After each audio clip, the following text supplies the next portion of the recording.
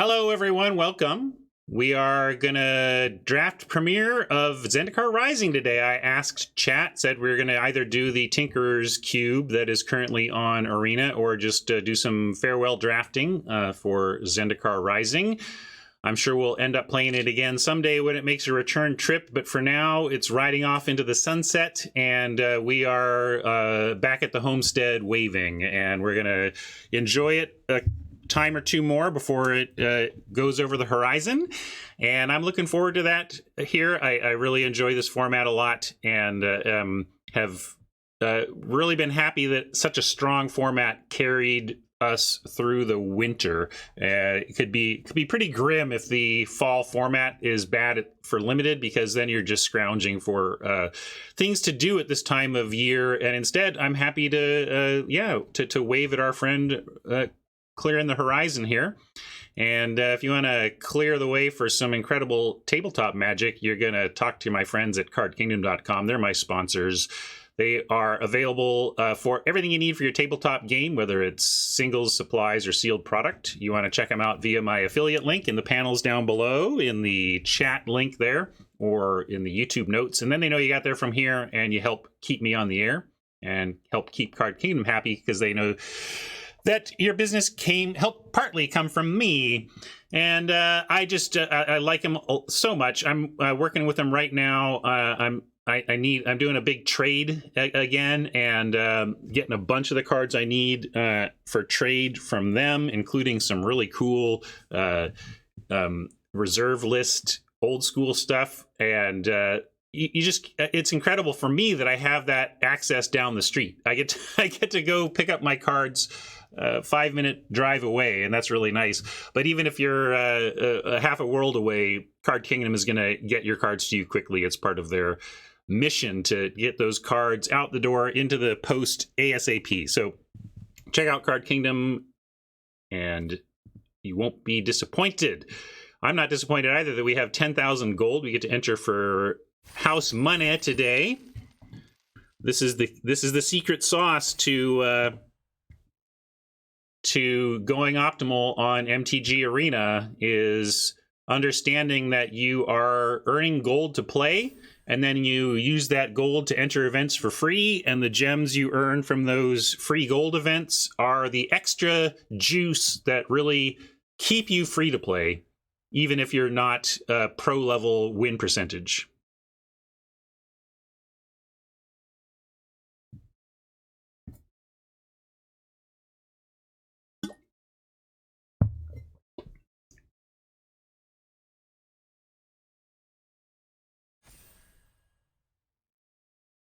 Yeah, you're reading too much into my use of the word kiddie pool, Jinx. It's not meant to be an insult. The training pool, then, if you would prefer. The point is the goal of having that format on the system as part of the design team was to make sure there was an on-ramp. Kiddie pool is just a colloquial way to convey the message I'm trying to get across, but it's not meant to be insulting. It's just meant to identify it as a place where people, where learners are encouraged to be, over the more dangerous deep end, you know?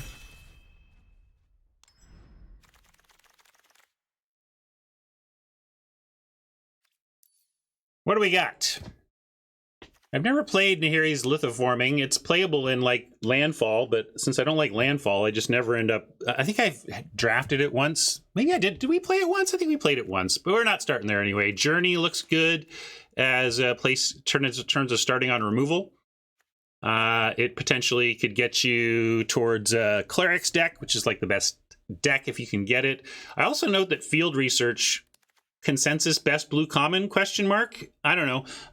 It's regardless, it's an excellent blue common, and there's no other blue here. So there's no really other white here either. So I really like taking Journey or Field, and then we set ourselves up to really cut a color. There's Visionary is okay. Like, I'm gonna take Journey as the removal spell. There's a little more black in the pack, so like the Cleric's deck isn't like heavily cut here, but let's not worry about that anyway. I don't want to overthink pack one, pick one that way, but it is worth noting the density of what you're passing to the left. It's worth noting. So now we have Fledgling to match the first pick. Thought Thief, if we just want to take a hedge towards getting into this deck with the Rogue here. I think this is powerful enough to consider, but so is Journey plus Fearless. Like, the Thief is definitely more powerful. This is by far the most powerful card in the pack. The question is, is it more powerful than starting with Fledgling plus Journey, which obviously go in the same deck, versus Soaring Thought Thief, which is going to abandon a removal pick. So it's not Thought Thief in a vacuum. If it were, if this were pack one, pick one, I would actually just hedge on the Thought Thief. But I think that Fearless Fledgling is powerful enough here to pair with our excellent removal spell and just stick white. It's the tiebreaker, though. If that was pack one, pick one, I would be taking the gold Rogue there. Bubble Snare, strong. Zoff just is at least a spland that goes into the cleric deck. Yeah, Royal Mage is wait, Royal Mage, what are you talking about? So you're talking about the last pack, maybe? Anyway, yeah, I don't see a Royal Mage. Bubble Snare is interesting, but blue-white isn't really a place I go much. I think Zoff is okay. The Skulker, yeah, Reclaim. I just, like, when I have two white cards, my instinct is just not to take green cards. It's to take black cards. You like blue-white? Well, we can take Snare and see what happens. I'm willing to take Snare. I just don't think of blue-white as a place I want to be, but we also haven't passed much blue. So blue-white could definitely be open. And then we get a great spland here with the Shelter. I like this a lot. Maybe we wheel the Adept.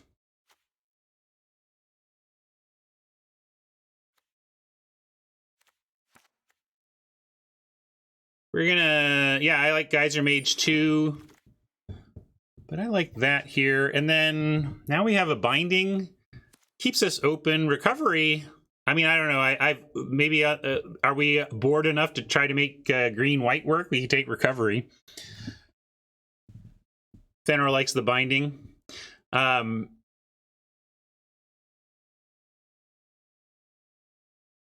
do not like green-white. I'm sure I've been beaten by green-white, but yes, it's strong, but like, we are white. We are going to be a white deck. I can't pass Binding for Recovery, knowing for sure that we're a white deck. And, oh yeah, I'm not saying, yeah, I've lost to green-white. I'm just saying I've not had success with it. I'm going to take Fenrir. Sorry, Fenrir.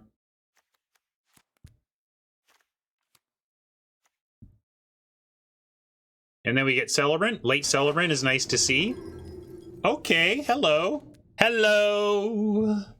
Celebrant number 2 or Blight Priest number 1. What do you think? Yeah, I guess second Celebrant. I mean, we might not end up black, right? All right, second Celebrant makes sense. I like this Pack Beast too.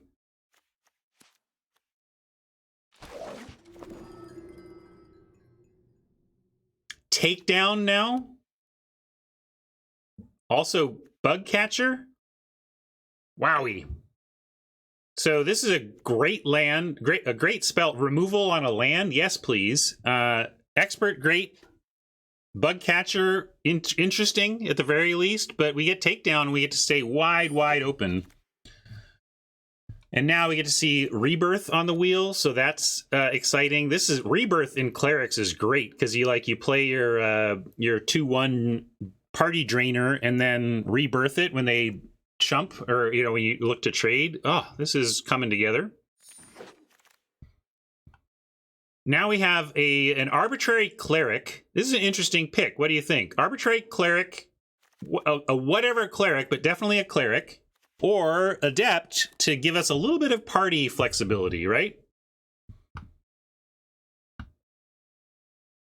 Fenrir likes the cleric over the arbitrary. I like the hole filler wizard. I like the alt type.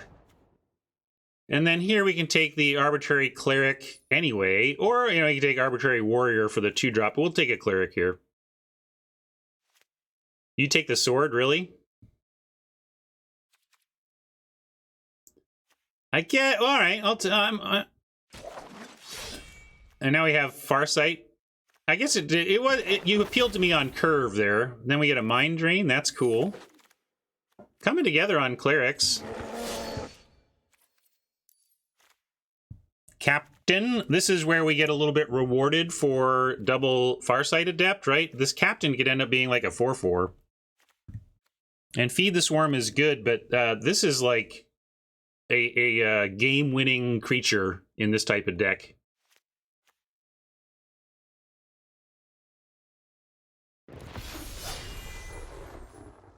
Disciple for a cleric, or this is where we can take a feed. We got a cool rare, but this is fine. Let's cut this bubble snare. I think we have found our lane pretty heartily. Oh my goodness, I was like, Vanquish the Weak. Then I'm like, wow!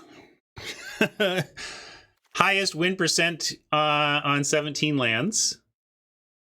So, yes, please.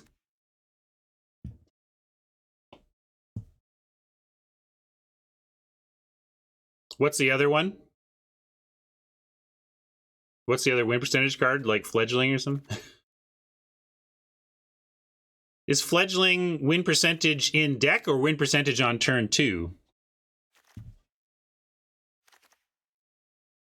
Spoils of Adventure or Blood Priest? Decision time.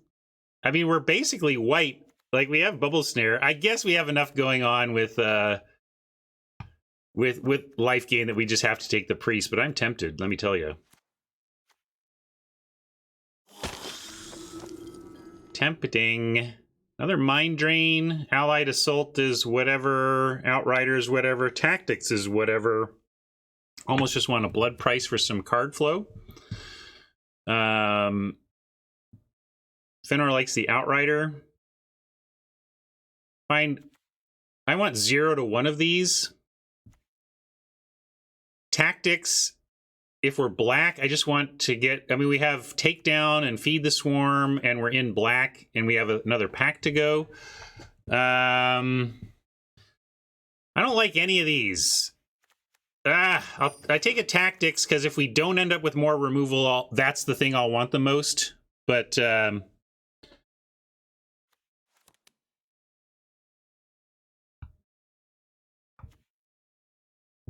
take a easy Blood Priest here. Vine Gecko this late makes my kickin' heart sad, but somebody can have fun with that. We'll take, finally, the generic 3-drop Cleric.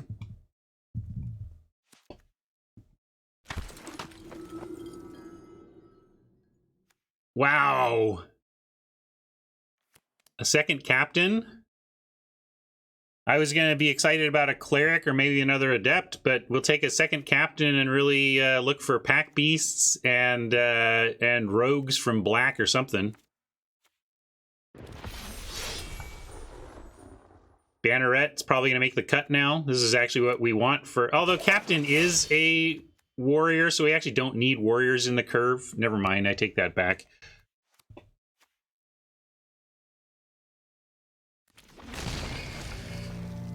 Dauntless Unity over another Banneret. I don't think we're playing... I don't know if we're playing the first Banneret, but I don't think we're playing a second. Oh, I'm sorry, War Furnace. Pour one out for War Furnace, losing to Guide Beast. I'm trying... There's some hyper low to the ground. Like, I could conceive of a...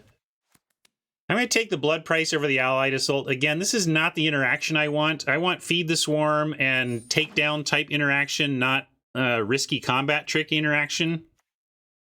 So if we don't end up with card flow we want, I'm going to be happy we have that. Wouldn't mind this Cleric, but we're going to take excellent Rare bomb. Fenor wants to feed the swarm. Have you read this card, Fenor? No, Fenor, we're taking the shade. No. Wait, Fenor and Jinx. Wait, now Jinx is saying shade is fine. I don't know what's going on. Whatever, we're taking the shade. Shade is so good. Expedition Healer would be nice, but the table doesn't like white at all. We're just going to grab the Blight Priest here. We could have done anything with white. Anything. Like white plus red would have given us a ton of bug catcher type action.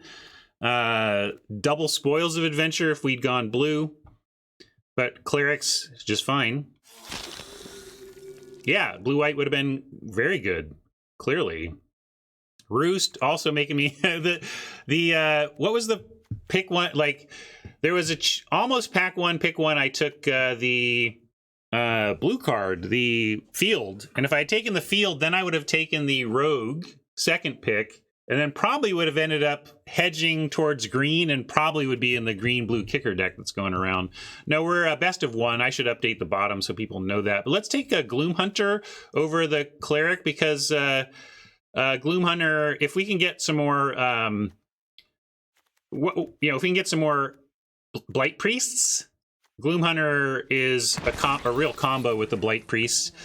But I'm happy to see Adept here. Also, Flying Rogue, though. Oh, geez, another Fledgling?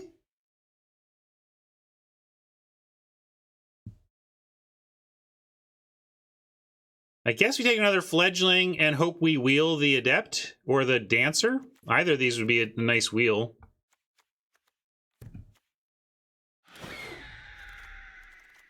Attendant Healer. Crazy. Yeah. Yeah. Sure. We do have some splans. The Raptor wouldn't be impossible, but a Tactician is a curve-out warrior.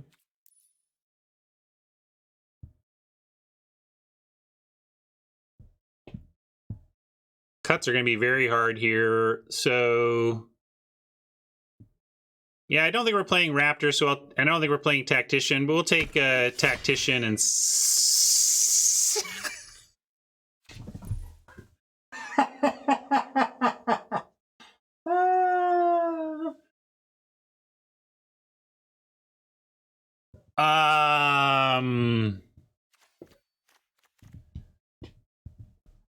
remember that time we were the only white drafter at the end of the Zendikar draft format?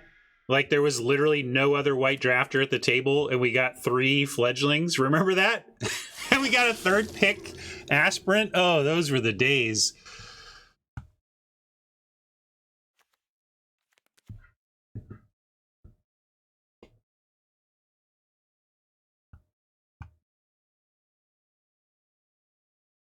Yeah, I don't know if we're playing this, but it's worth considering. The spoils comes back, sure. I guess we're not putting any blue cards in the deck, so I'm just sad about that, but we'll take a tactics that could conceivably make the cut. Sad that we didn't, but look at this, 4 white cards. Yeah, so give me my, I want some more of these Farsight Adepts. What we are missing is rogues. We don't have any rogues.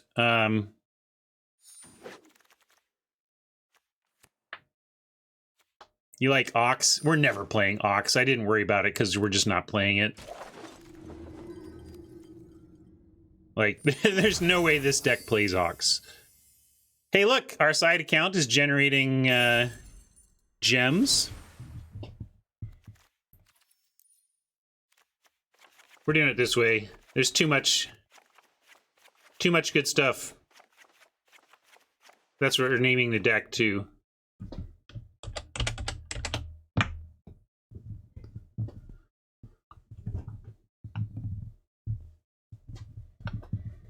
Okay, we are going to prioritize our bombs, our removal, bomb, and our removal. We're playing shelter for sure, and then we're playing our captains. We're going to do that part. We also have to lean into our powerful cleric synergies. So we're going to for sure play our powerful cleric synergies. This is removal. We are leaning into the captains, meaning we're playing both of our wizards. Obviously, this bomb. This is cleric magic. Rebirth as Spland is coming in. And now we're at, okay. Now, to me, the obvious stuff is in. And we see what our Spland sitch is and what else we're adding. Yeah, you're right. I will at least put binding in the maybe, but I think you're Fenor. I don't know why you're that far down on binding. Is it you who's been harping on this forever, or is somebody else along with you? But I get that it's not premium, but I don't think it's cuttable here. Let's look at our removal sitch. I think you confuse medium with cuttable is my problem. Captain is absolutely good enough because it is a warrior. We're gonna have a couple of wizards and we have endless clerics. So our worst case for captain is a flying 3/3 vigilance realistically, and that's like, okay, you know, I'm not in love with that, but that's the floor really. And then pretty often we'll be we'll have one of these adepts and it'll spike up to a 4/4. So as long as we can accept 3/3 flying vigilance for 4, it's fine. And I think in this deck we can. We actually, you know, it's nice to have some air power closing support. Well, I acknowledged it, Fenor, to the point of putting it in the board, and now I'm going to take a look at our removal. I will be surprised if I feel like we can cut a piece of removal. Like the idea that we're going to leave binding in the board, but somehow bring in practice tactics, that doesn't make any sense to me. Actually, but maybe it does to you. Can we talk about that, Fenor? Are you, let's say, the only, you know, we were at a clear 39 cards. We had to put one more card in, but I'm giving you two choices, Fenor. If the only cards available to us were binding and tactics, what are you running in this deck?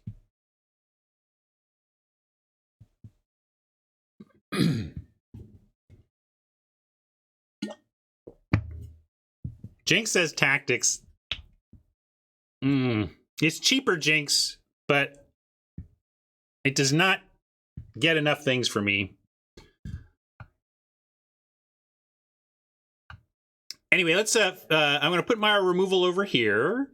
See, this is what I mean. I've done it. I've put our removal over here. I guess we have takedown, but it's a Spland. So we have 3 pieces of removal. That's just not enough to cut a bind. Heck, we probably want binding and a tactics. I do like the mind drain though. The double blight priest is real. But let's figure out. So 17, 18, 19, 20. We can certainly go 19, 18, right? So that's for sure. And then you could argue even going to 17 here, but we do like some of our Splands as spells. So I'm going to hope that we play takedown and shelter, you know? So no, I'm not cutting. The wizards are not being cut because I'm not cutting the captains, and so I'm not cutting the wizards. And then let's look at our numbers overall. So 17-5. Fenor wants 17. We're close. Yeah, that's true. We do have wizards to draw. That's a reason to cut a land is that we do have some card flow with the adepts. So we could do that. I can be talking to that. 8, 9, 10. So we go 9, 8. And then if we do, why we put in Banneret because we're going wide a little bit. Remember, Banneret doesn't help with captain. So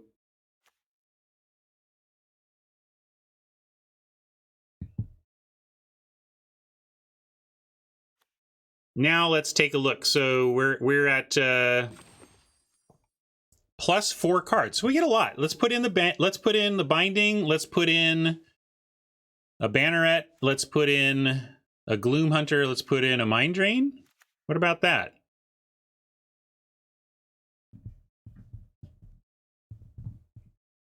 I think I like this. You can make an argument for this Cleric over the Banneret. But this is kind of repeat what this does once.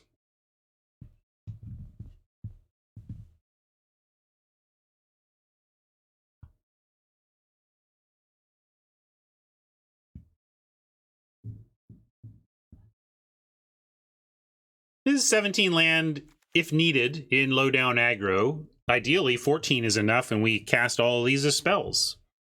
That's true. We got triple birds that really don't mind extra lands. That's a great point that I didn't really bring up.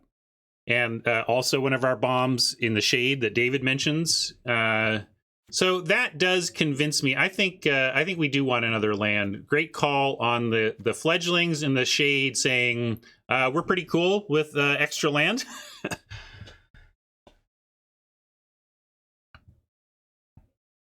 I don't know about 16 plus, David, but I'm with you on one more. I'm back to wanting one more because of the heavy landfall we have going, and that makes me want to cut what then? We have our final adds were Mind Drain, Banneret, and Gloomy, and Binding.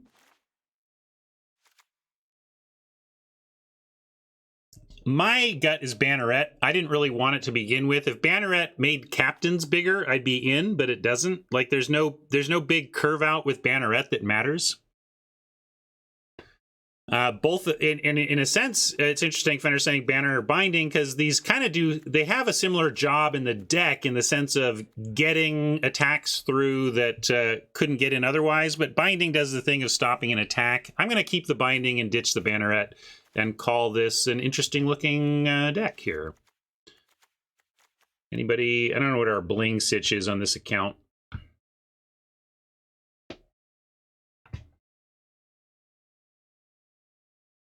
Let's see.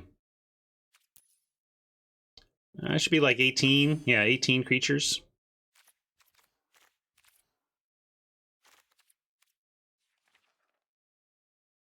Let's get some...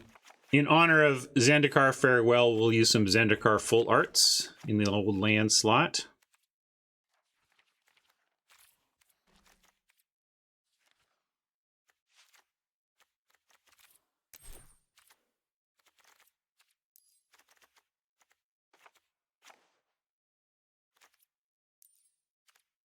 Uh, 15, 16, 17, yeah. All right.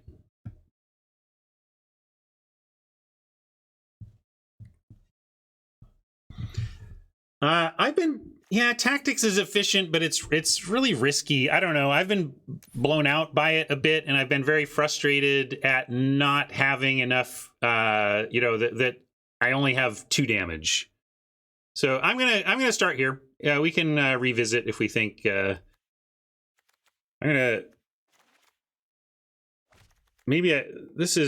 feel like I'm missing an opportunity here on the triple fearless fledgling. TMGS is the acronym Too Much Good Stuff, which is a reference to a pop culture commercial, basically, which is why I'm willing to change it here. But how about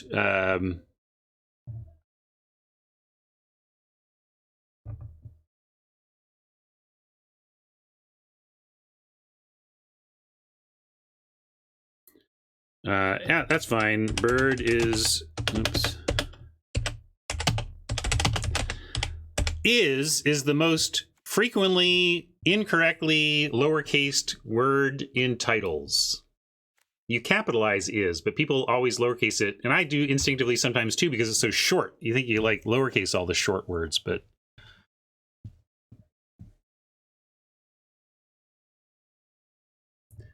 oh, I could do 3 Little Birds. That's a Bob Marley song.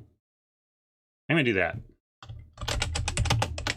3 little birds by my doorstep, singing sweet songs of melodies punch your face, saying, "This is my landfall for you."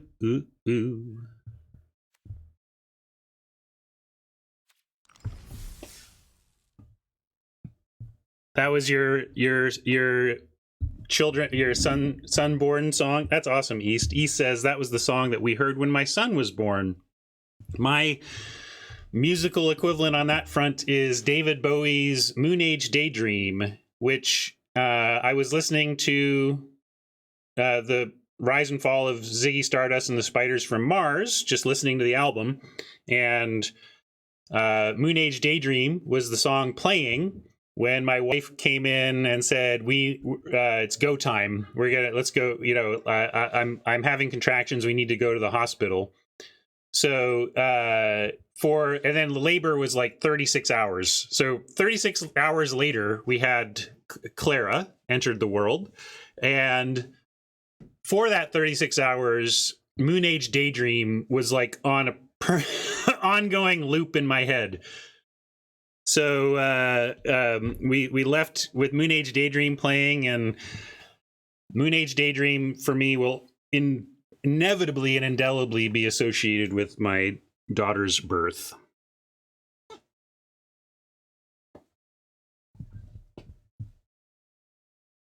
Starman's great. That's my Ziggy Stardust is my favorite classic rock album. If you had to just say, all right, Ryan, show me what classic rock is all about. Why is it good? I'd be like, here you go. Here's Bowie. You listen to this and get back to me.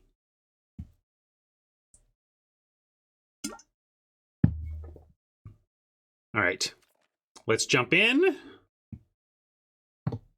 And let's do a par poll. I think this is going to go. I feel like I want to, this is like, you know me, I do not vote highly in par, you know, I try to set expectations, but like my expectations here are 5.5, 6 level. Like if I don't get at least 5, I will be very disappointed. This deck is bonkers good.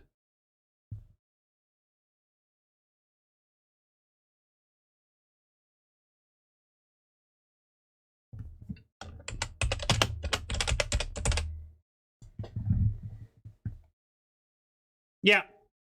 I mean, 03 is possible. I'm not suggesting what is possible versus impossible, but my expectations overall for this deck are a lot of wins. My expectations for any given event of Magic are that Magic can be Magic. Sneep, though. Priest into Adept, into Mind Drain, into Journey, into other good stuff, right? One thing that's missing from this deck, I got to admit, is Graveyard Recursion. We got no Thwarts, no Blood Beckonings. So we are stuck with whatever we've got, it's kind of a weirder flavor of Zendikar deck that way. So now, I think we offer the Blood Priest. Pack Beast tends to be super valuable to those who cast it. And we do have another priest behind, a cleric behind anyway.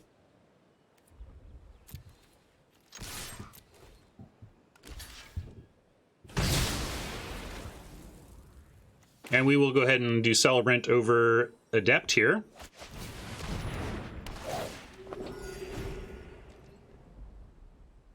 You can also make an argument for holding back because we have a Celebrant that blocks 2/1s well, but again, I don't know. What is the Blood Priest going to do from here? I guess it goes wide, but all right, we're going to have to give up our... Well, it's interesting. We can give up the Mind Drain of our own. We got to give up the Swamp. And then it's either the Adept or the Mind Drain, depending on whether we want to get them back for a couple cards or just give up our own discard and just get on board. I like just get on board, I think. So I'm going to give up our Mind Drain.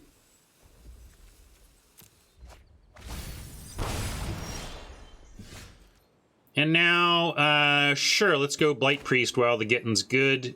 We could play Farsight looking for land, but... we have a nice Blight Priest to play, so I'm going to do that.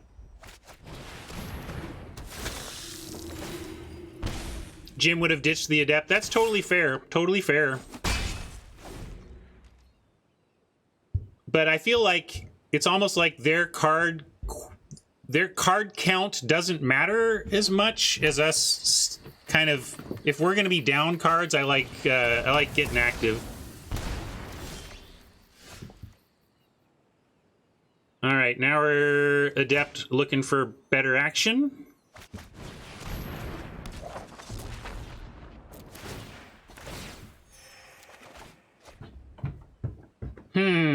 rebirth as land or hold as spell. The reason to hold as spell is that if they went to kill one of these, we would very much like to draw it again. And if we play it as a land, it means it's because we want to head towards Gloom Hunter as a kicked spell. That's the big difference. Oh, is the shade... Oh, yeah. Sorry, I didn't see that we milled shade. I thought that would pop up over here, but I haven't played a land since the shade got milled, so honestly, I didn't notice. Yeah, good call. Let's hold it.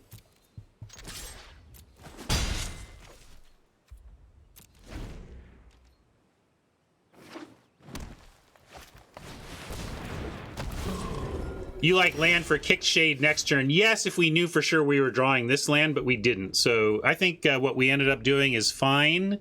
What we could do is rebirth as land here, journey the ascetic, and then kick the Skyclave next turn. So I actually kind of like that. We need to get this out of the way.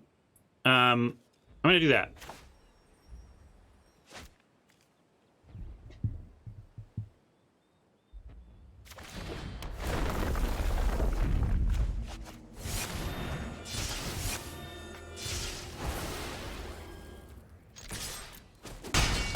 You like Plains Journey Hold Up Rebirth. I just like guaranteeing a kicked shade next turn, and then if we get, quote, unlucky and draw land, well, then we have a kicked Gloom Hunter too. So I think we are... I like that we're in a spot where I don't care what we draw. We're either drawing action or a big Gloom Hunter.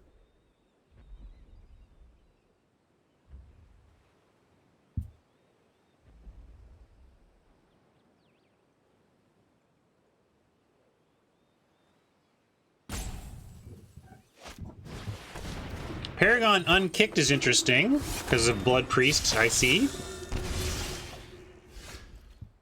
Gonna offer the Adept, of course. Not gonna send the Celebrant. I don't want to trade it for for a Blood Priest, so we're leaving the Celebrant back, but Adept can crash in.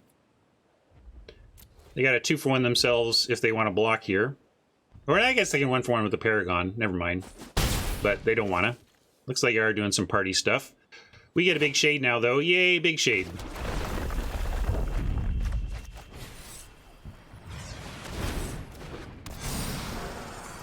Some people said not to take this. I don't know how you not take, how you pass a shade for anything if you're already in black.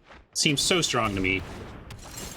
I mean, I get it doesn't block, so it's there are times where it is not doing its thing, right? There are times where like, ugh. This doesn't do anything for me right now. But man, when it is, if you are able to attack, it is insane.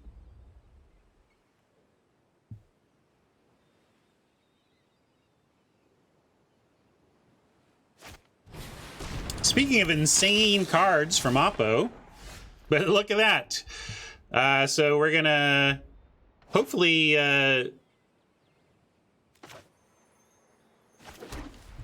trade. I shouldn't have played that yet, but the reason I did is because there's no way the shade is dying this turn because I have shelter.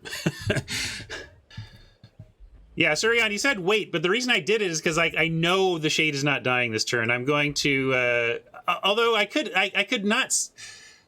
Maybe I should have. Yeah, I should have thought it through better now that I think about it, because I could let it die knowing that we can just get it back with that method. But yeah, let's swing here, and then maybe they'll block the Adept with something. Like, yeah, that's fine. That's fine. This is all fine and good. But yeah, I should have saved it. I had in my head the reason why I was doing it, but there was no. But I didn't need to do that yet. So I was a little hasty there. We're going to wait, though, and try to get a kicked Gloomy. You like saving the reason I decided to use the shelter there is exactly the reason that I realized I shouldn't have played the land. I don't need to use the shelter on the shade. That's why it's powerful. The shade's going to come back. We should let the shade die. That's fine.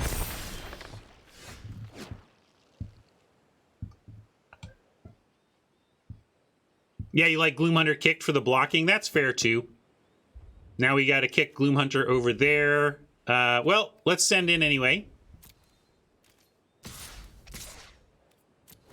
And then we can kick our own Gloomy.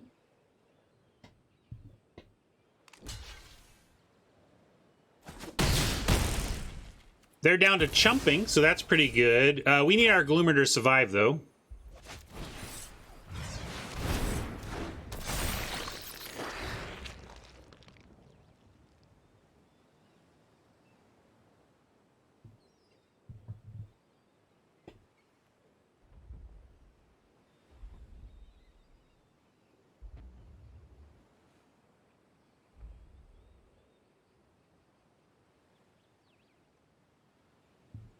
Yeah, maybe they... yeah, I don't know what they were thinking on the chump... Because this doesn't have menace or anything. I don't know what that was about. Well,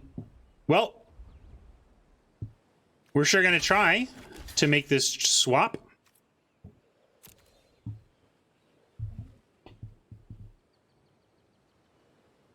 Yeah, it seems like they're holding something, but we don't have anything to do here but try to make the trade. Subtle strike, be very nice for them. Yeah, there you go.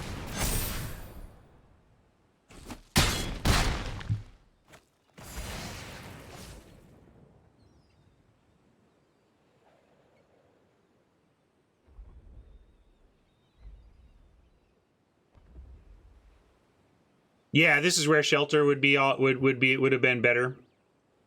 Yep. Definitely have misplayed this one. Not in a way I necessarily say you definitive punts, but I wish I had taken some different lines.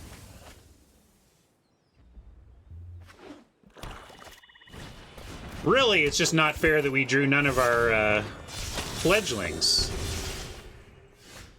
All right, well, we're going to go Celebrant into Adept, see what we find. Actually, we'll do this. Well, no, I wanted the Celebrant so we get double life triggers here. And I'm going to go ahead and send before playing the Adept.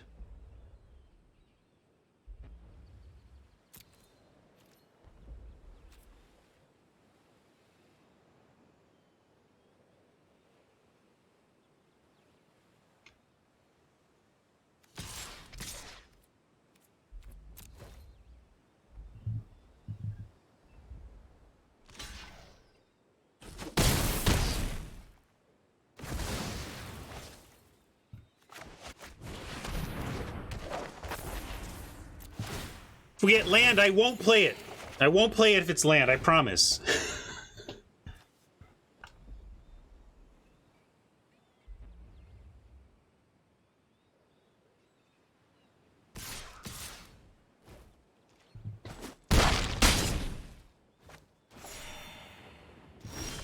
All right, that was very timely. Now we have a chance. We can take out the Scavenger, send in, and then potentially Blight Priest with them not knowing we're about to Blight Priest. And they don't know about the Feed the Swarm, so let's just send in, see what they do here.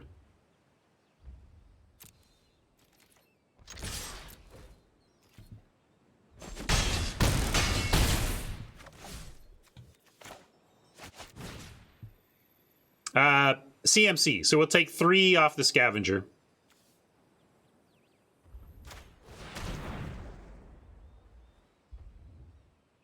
We could take 2 to kill the 4/4 or 3 to kill the 5/3, you know.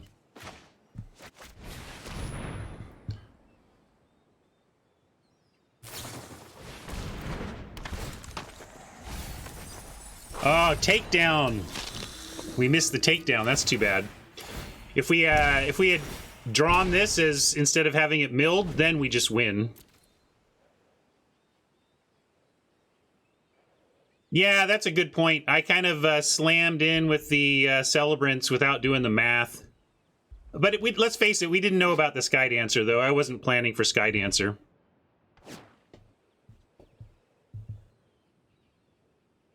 I certainly wasn't planning for being outraced by that. Sky Dancer doesn't matter much, though, as it kills us. Yeah, that's fair, Jim. Definitely played hasty there. Didn't kill us?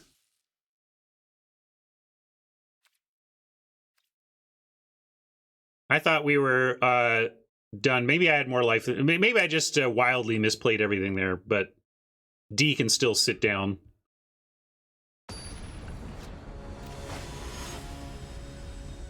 No generic punts. You either say exactly what you're punting or you're going to get timed out.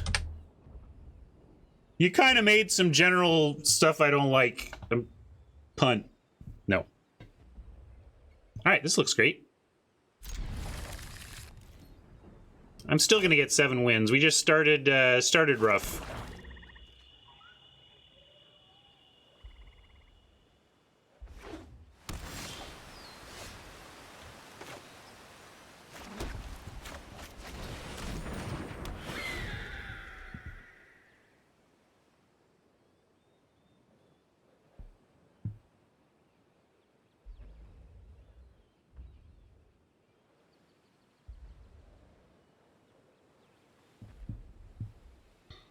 Really want to draw a 4th land, and then we can go Celebrant Healer and start making counters right away. That's the dream here.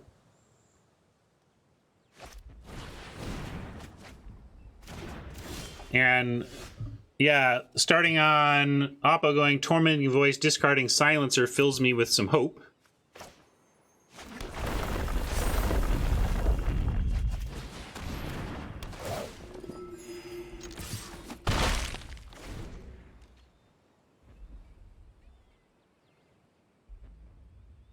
Really, I just don't want the Celebrant dead.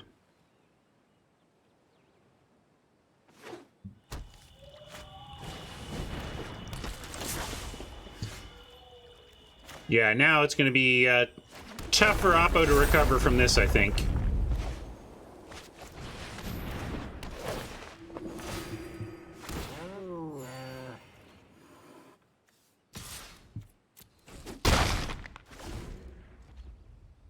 I could have not played the healer and sent the Celebrant in as a bluff. They might not have blocked with the Channeler, but I didn't really want to risk the Celebrant in anyway. Or not, I guess there wasn't a risk. Yeah, it's me playing fast again, but there's a way in which I feel like we've already won. But that's not tight play to get loose because I feel like I'm that heavily advantaged.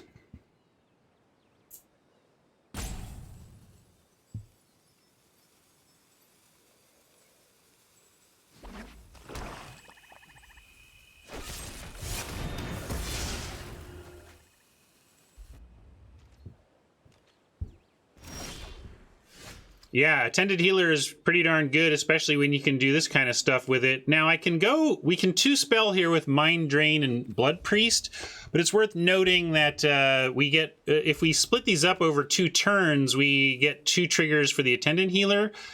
So there is that Mind Drain provides life gain on a turn where we don't trigger the Celebrant.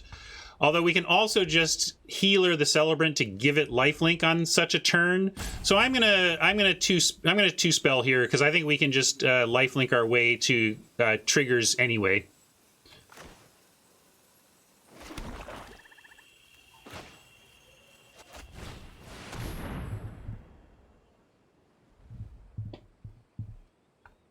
Yeah, we could journey here, but I'm just not worried about the Channeler. I guess they could make it big right now, I suppose. So maybe I should have done that after combat.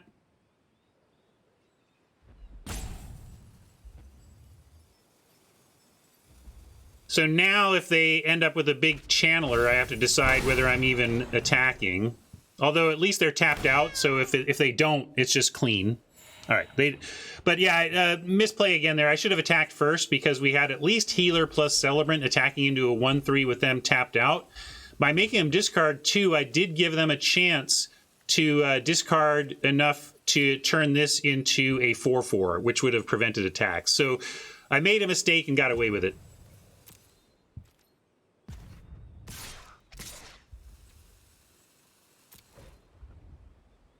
Really, I use 3 accounts. I have a 4th one that is totally throwaway, where sometimes I remember to go and Because basically I have 3 accounts that I track on a spreadsheet, and then a 4th that I don't even worry about that kind of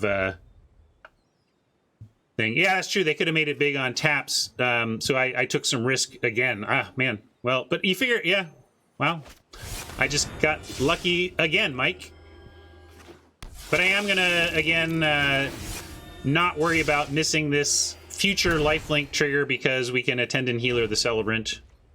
And next turn, Journey comes down and...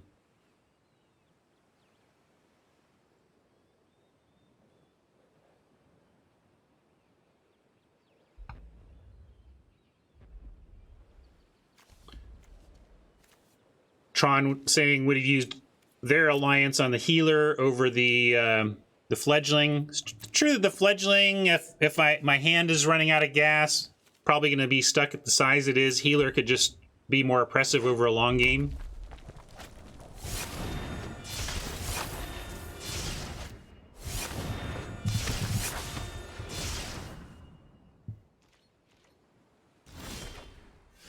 So now we get feed. Instead of Journey, we're going to feed the Channeler and then lifelink the Blood Priest.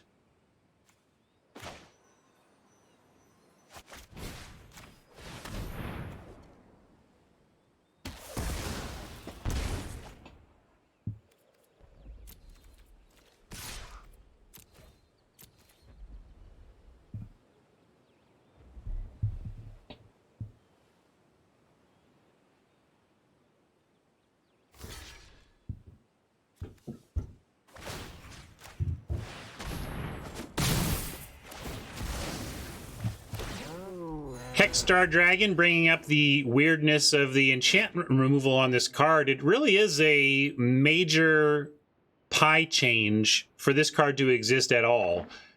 What it is saying is that R&D is saying, look, much like we're willing to give green traditionally blue level powered card draw as long as it involves creatures, it looks like they're saying, hey, look, we're willing to give black some things it normally didn't have in the pie, provided it's doing a very, very, very black payment to do so, which is life.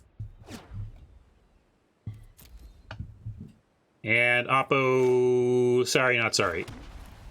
Oh, I should have saved that land, too. I'm just playing like it doesn't matter.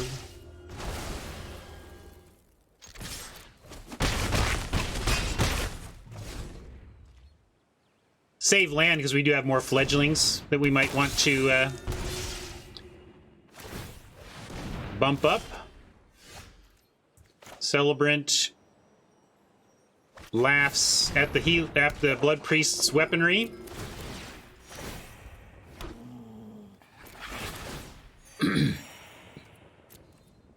Not sending the healer, but we will trade one of our Celebrants off here.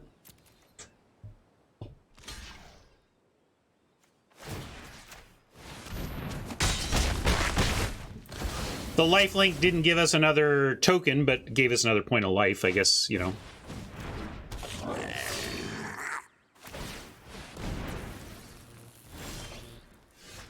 Interesting, but too late.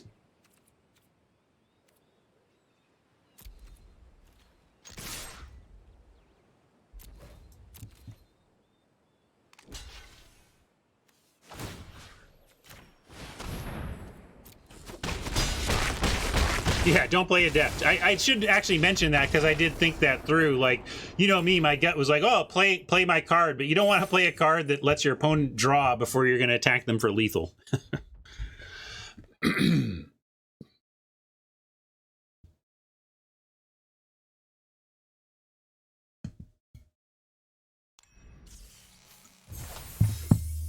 All right, that's a little more like what we were expecting from this deck.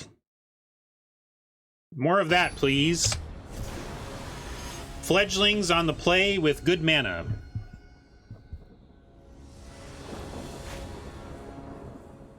Or Luminarch Aspirant on the play. Can make an argument for Gloom Hunt. I think I might go Gloomy on 2, Aspirant, starting to pump up Gloomy on 3. Although we can even go Gloomy Celebrant Aspirant. We'll see.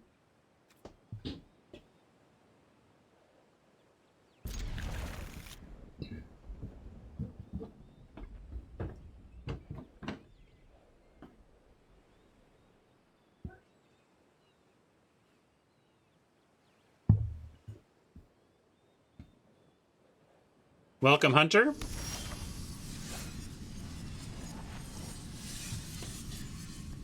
It's good to be the king, D. It's good to be the king. Watch yourself, or I'll show you the corner again. I make the rules. They don't have to make sense. I just get to make them.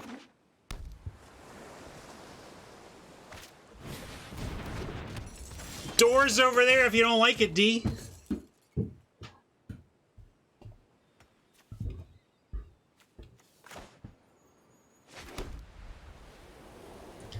So, a little tight on mana here. I do like starting on Gloomy and then dropping Aspirant. Or if we find land, maybe even Gloomy into Celebrant into Aspirant. But let's give him a target in Gloomhunter first. You like Healer first? I like getting the Lifelinker up in the air and starting to put counters on it. But you're right that if Healer into this Cleric does similar work. That's fair. Okay. You talk me into it.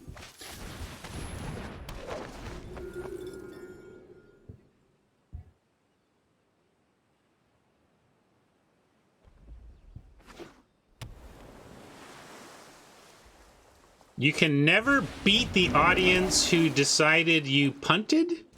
I don't know what that means, D, but watch. Woo!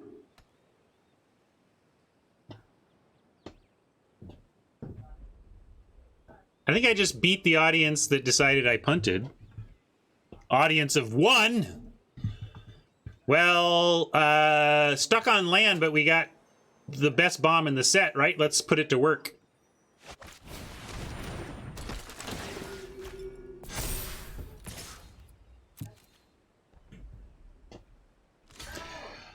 I'm just having fun with D.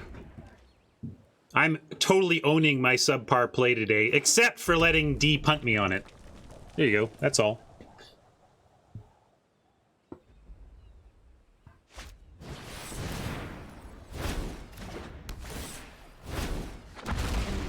If that's the way it's going to be, I'm going to call the whole thing to a halt. I'm just reciting Graceland lyrics now. Speaking of parenting.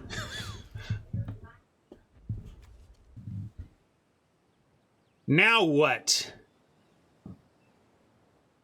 Now Gloomhunter to add to it. I guess now we feed the Swarm so we can keep getting in. And we got to feed one of the blockers. So we'll feed the Pack Beast. Oh yeah, we can feed the Roost and then wait a turn. I guess we need to feed the Roost. Yeah, but if we know they're gonna, I guess we can assume they're gonna kick. They're playing Riptide, so yeah, we should feed the Roost. But then we have to hold. Well, I guess we could also offer Healer for both those creatures, and we'd be okay with that too. Yeah. Our situation is problematic enough that if they want to trade both, we'll do it. And then we feed that. Then we're only staring at a Riptide. And then we can, and if they're going to give us that, you know, then we can pace them on life. So that's fine. You want the counter on the Aspirant? I know that we're like leaving ourselves vulnerable to something like a Spikefield Hazard #2. But I think we got to keep making our our Lifelinker big.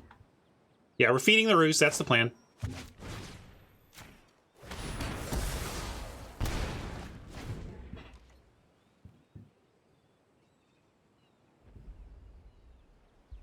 I thought they were going to trade to War Furnace, but that's a good point. War Furnace was like, that's a great point. That's fair enough. War Furnace was like, look, they can't single block a 3/3. A 3/3 still kills both the Pack Beast and the 2/2. So put the counter on the Aspirant this turn and say, are you going to double block or not? I like that, War Furnace. I think you're actually correct. I just didn't see it. Hey, look, a land. I like that. Tell you that much. How are we going to do this, though? We want maybe a Adept, so we find our next land. But we can just Mind Drain away their last 2 cards, and then we're in a really good spot on the board, right? Yeah, let's drain away their 2 cards while the getting's good. And we can still offer that same attack with the same logic we can put the counter on the aspirant this time. But we'll drain first. There are 1 mana blue cards that are worth getting out of their hand on attacks. So, this War Furnaces question comes up again. If but the 5/5 gets through the Riptide, right? So now we do need to make it a 5/5. But at least I've thought it through and have the reason. Yeah. So, but I do like War Furnaces' reasoning last turn.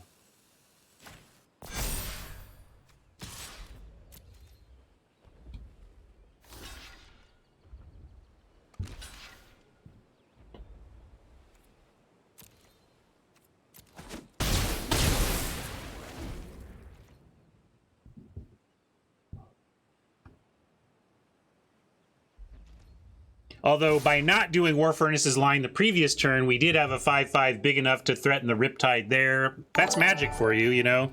Reminds me when I was doing work for Wizards trying to set up stacked deck games, you know, games that had basically a predetermined outcome, but by humans. Like trying to set up a game of Magic between 2 people and make it play out the way you want. It's so hard because people don't play the way you want. Anyway, back to this. Now I kind of feel like I like holding off on the Gloom Hunter until we can get it to 6 right away. Or we could double spell here. We can go Gloom Hunter Blood Priest, and that's pretty good. But I also like getting the Celebrant going. Why didn't the sub animation play?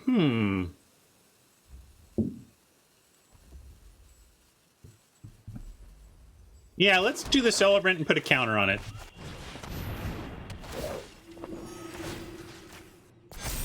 Yeah, if it was a YouTube sub, that could be it. Oh, is it not your sub rating? Yeah, if it was just a YouTube sub, that's a known thing. I thought you were saying you subscribed and it didn't play. And it's always, I would say, it's funny when I get a YouTube sub on stream because it means somebody right now is on YouTube, like watching my content, but they're not here hanging out with us. Hey, person over at YouTube, we're on the air. Come.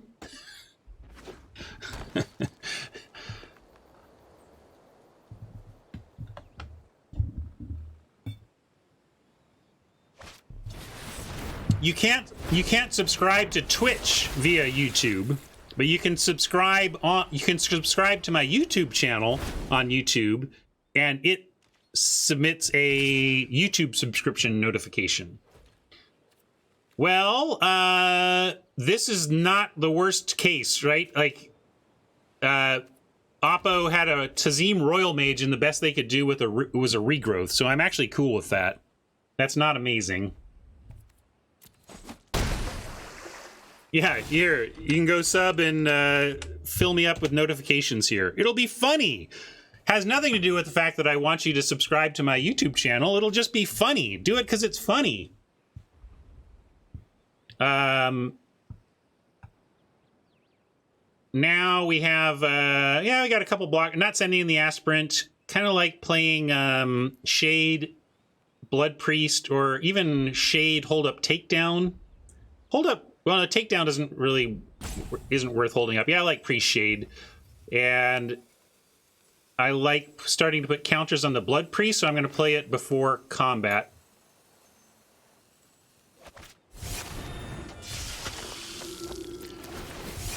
Gloomy start counters is interesting too, but I think we'll get there kicked in a couple of turns. I'm going to give it that old college try. Yeah, I guess we want a 2/6 for the Riptide. Fair enough. We'll do that. 2/6 for now. Shade can get going. And we'll save the takedown. I could play the takedown ahead of the Gloom Hunter, but I'm not in a hurry for this. This can be our backup plan if our plan A of what's on the board doesn't work out. I hear you, though, East. 6 toughness is what we're interested in with the Riptide.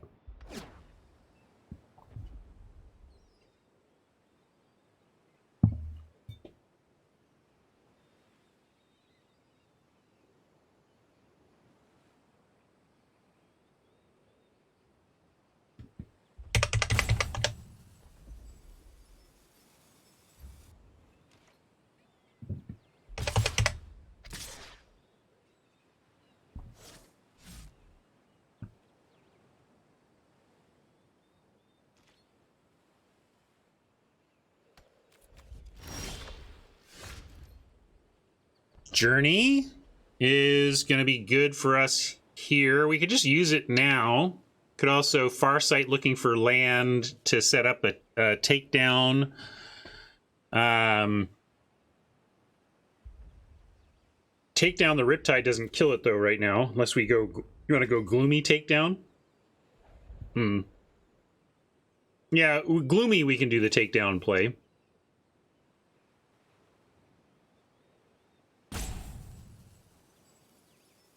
Adept for regular land.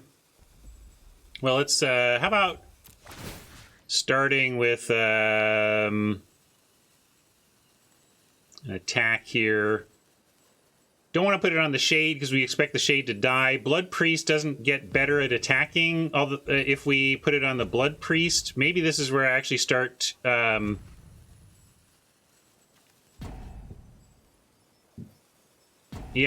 we'll start growing this one.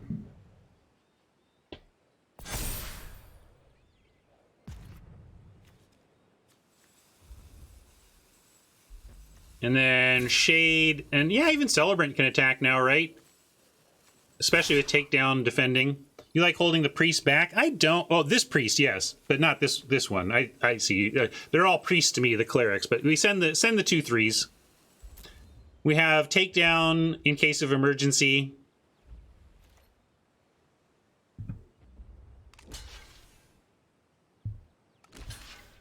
Okay, so if they go for kicking here, we can take out the Royal Mage.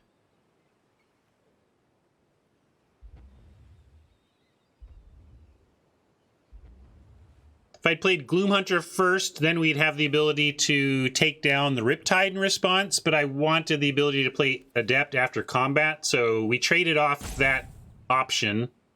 And on that front... we leave the Riptide... it doesn't matter. We leave the Riptide first. And then... see, oh, sorry. That does matter. I should have put the Royal Mage first. The reason I'm 100% presuming that they're going to kick something here, but I shouldn't have presumed that. I should have put the Royal Mage first. I don't think it's going to matter because they're going to kick. But if they don't have kicker, then I just wasted eating a Royal Mage for free. But the thing is, there's no way they make this block if they can't make the Riptide a 5/5. So I think this is ultimately safe, but the super safest would have been to put Royal Mage first.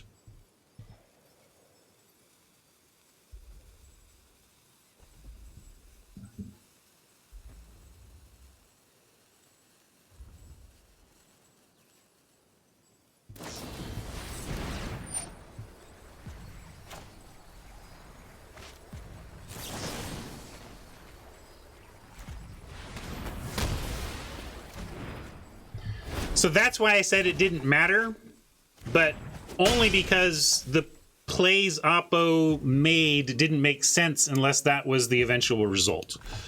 And we'll drop the Shade again.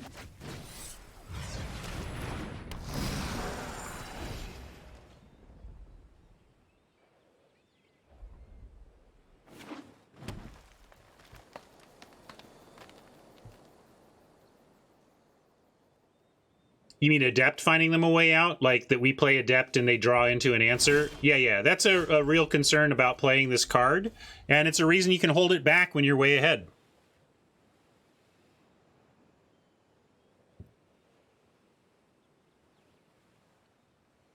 You would have killed the Tide and traded the Celebrant. That was certainly another option, but we do it with Journey in hand. I didn't feel like we needed to even worry about the Riptide. In fact, probably this turn, just Journey the Riptide and put a counter on the Blood Priest and say whatever. Yeah, Fenrir says healer. I like getting the Riptide out of the way and getting aggro. That's what I'm going to do.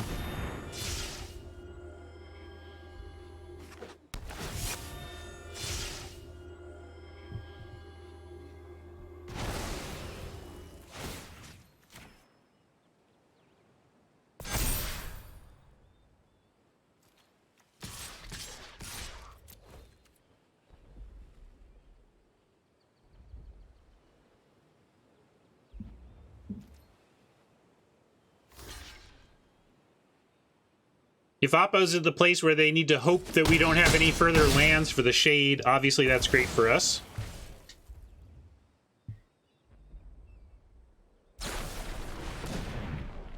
This is more mana, deck thinning than anything else. I don't know. Maybe they come up with. Maybe they're splashing something else. Yeah, there's a swamp. So maybe the swamp unlocks their hand or something. But I still like our position here.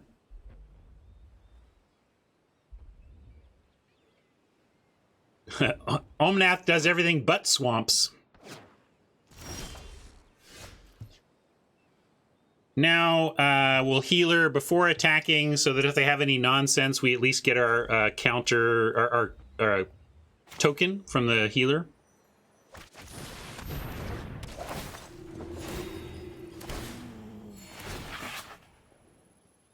And I'm gonna make a bigger blood priest, because now these two creatures are getting more and more equivalent. I'm not gonna risk the aspirant though. Right now this is lethal, and if we send the aspirant and they manage one of these creatures, it's not. So I don't like risking. I don't know what they might do there, but I just don't like risking the aspirant.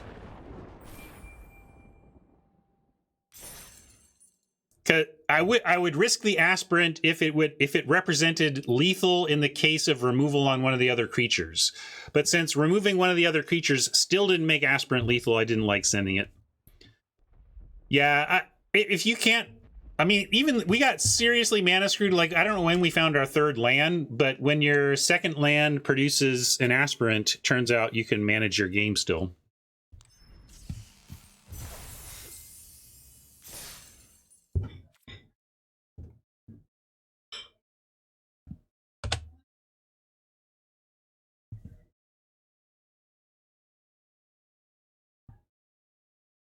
I think Aspirant's an interesting card. I don't know if it's overpowered. Maybe no creature, no 2-drop 1/1 into 2/2 can be truly overpowered from a constructed standpoint. But I often think about the way in which Magic is diced up, by which I mean the steps. There's 1 mana spells, 2 mana spells, 3 mana, right? So we talk about curve outs, and what we mean about a curve out is a 1, 2, 3, 4, 5. Well, that's all arbitrary. That's all what Richard Garfield decided on. Imagine a Magic world in which instead of starting life totals of 20, it's starting life totals of 40, and take every number in the game effectively and double it. So a basic forest taps for green, and a Llanowar Elves is a green 1-drop, or a green creature that is a 2/2 that taps for green, right? So like double everything, and effectively you would have the same game. Like you could remap Magic to that new world, right? Does that make sense? Like if we decided we wanted to double the fidelity of all of Magic, we could, on a card-by-card basis, reword it and recost it to have the game be the same, except be occurring in a space of double. And I bring that up because the arbitrary nature of where these lines are affects power level of cards. Because what I'm getting at is that the aspirant is really properly probably a 2.5 mana card. It's not, but at 3 it's not very good.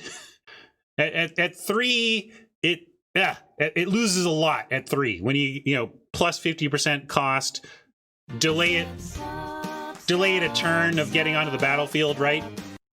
So ostensibly, like, if you said as a developer, what should this card cost? I would be like, well, 2 is too cheap.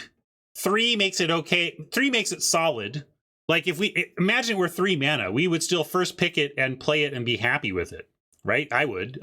I'd be very happy to play a 3 mana aspirant. But anyway, the point is, I think often about cards where I see them in the middle, like where I think, oh, at N mana, it's too powerful. At N plus 1 mana, it is not powerful enough, right? And those are the times where I start imagining a Magic, a Richard Garfield who decided on base 40 instead of base 20 as the thing that and that mana as could be doubled. My game designer brain thinking about what Magic could have been and what the impact would be on cards that kind of occupy that middle space.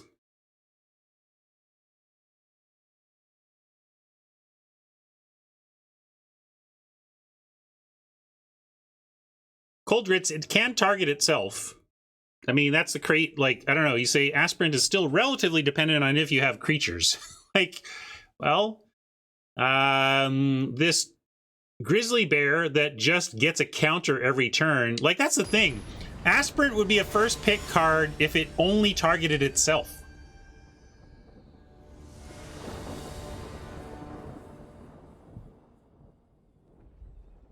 I think I like this hand. Do you like this hand? I like this hand.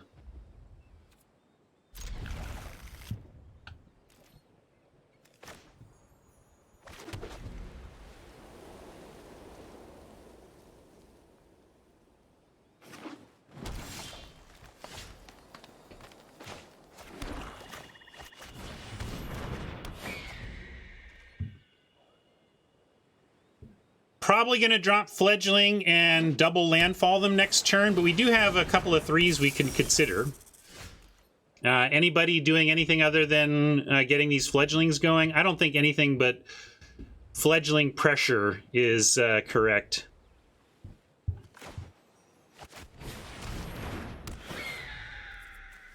It does not use our mana efficiently. That's the problem, right? Because we could have done... The thing we could have done is one of our 3 drops this turn, next turn, healer plus Fledgling. Maybe that would have been correct. I don't know.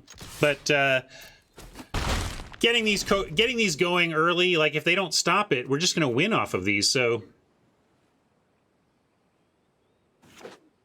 yeah, let's just draw the 3rd. There we go. Wa-na-na-wa-na-na-na. Wa-na-na-na-na-na.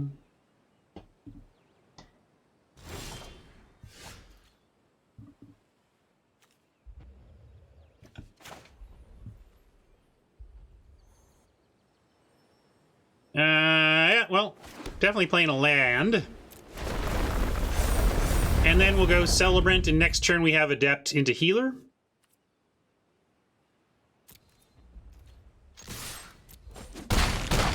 You'd play Adept here. I like Celebrant ahead of...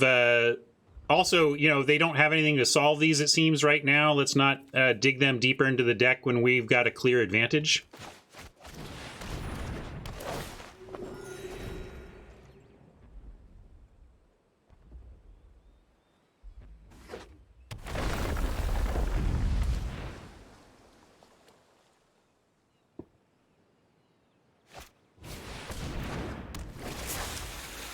Nice card, but we have 2 things to get through it right here, and we will just go Healer. Although you can still make an argument for Adept. There's 2 healers here. I'm going to go Attendant Healer after.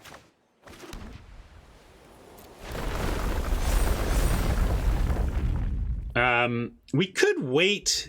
But I'll offer 1. If they want to trade their 5-drop for our 2-drop, I'm okay with that. Then we have another one that keeps going. But there is an argument for, like, especially if we had a land, to waiting and getting both of our creatures above Falconer levels. But with the advantage we're about to get with this gang, I'm just going to offer up here. Oops, let's not send this, though.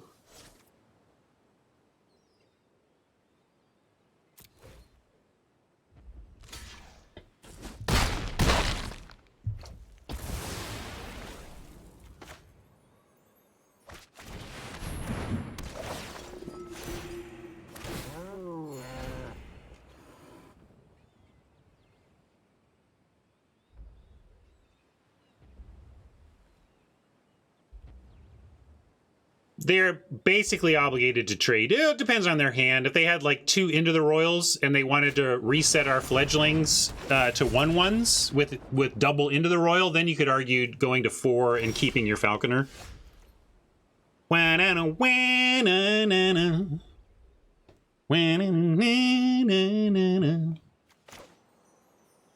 Let's see.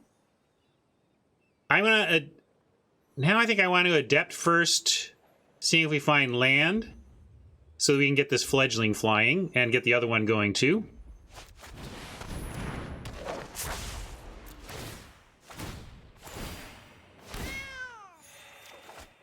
There's the land.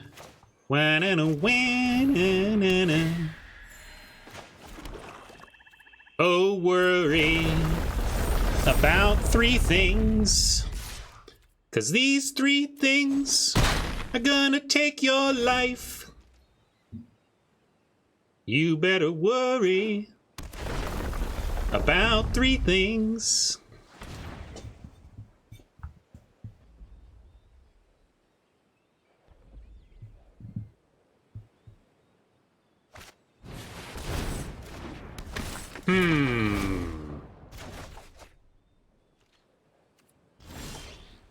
There's that bounce.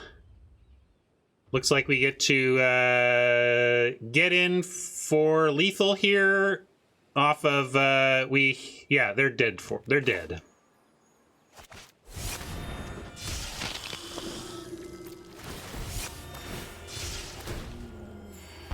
Two plus enough attackers equals dead.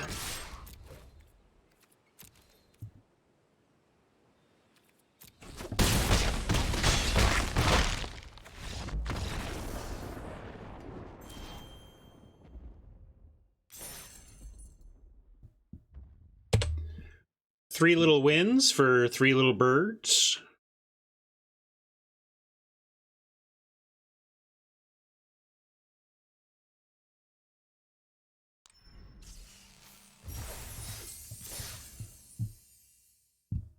Whatever it takes, cold grits, whatever it takes.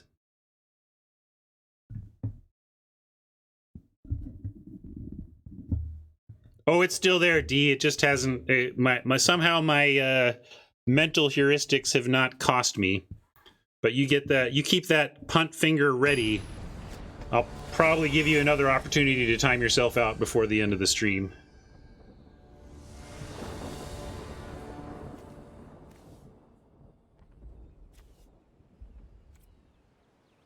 Yep.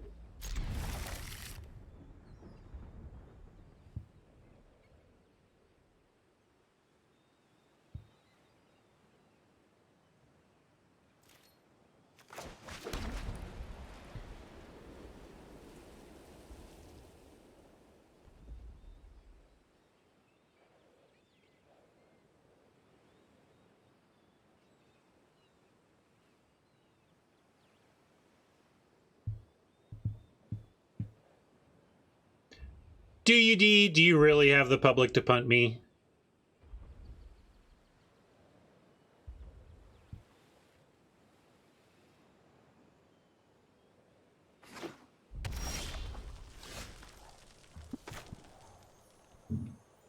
All right.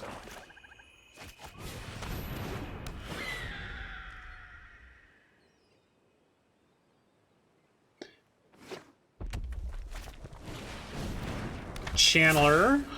Oh, we're doing the double fledgling again, though. Healer into aspirant is totally fair. I have a hard time passing on growing fledglings while the growing is good, though.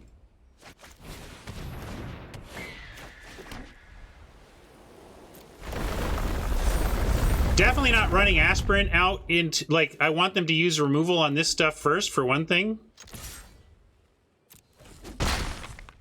If we draw a land, next turn will be great. We get healer and aspirant. That would be fantastic. So basic land, please, off the top. If I can make any requests of the magic gods. I'd even take a spland just to keep our land growing.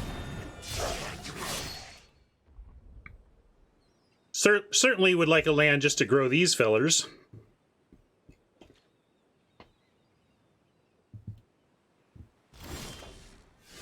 Did not find. We could aspirant now, but I kind of like maxing the mana.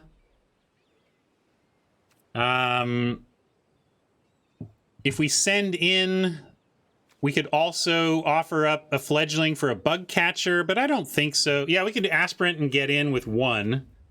If we send in 2, we're offering a trade. I don't know if we want to trade Fledgling for Bug Catcher with the curve we have coming. Surion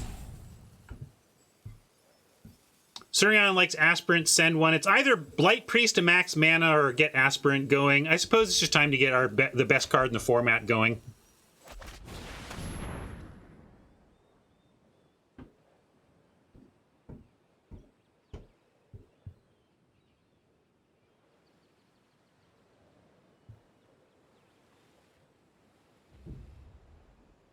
Yeah, I see they have Rebirth. No, they have a Channeler activation.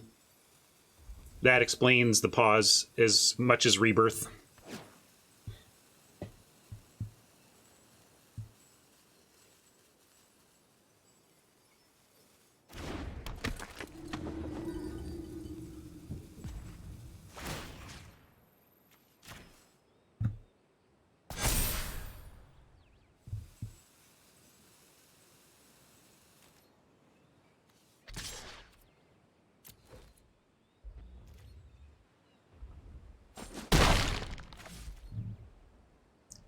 Really want that basic land. Next turn we could drop Captain, make a 3/3 Captain, and some huge birdies.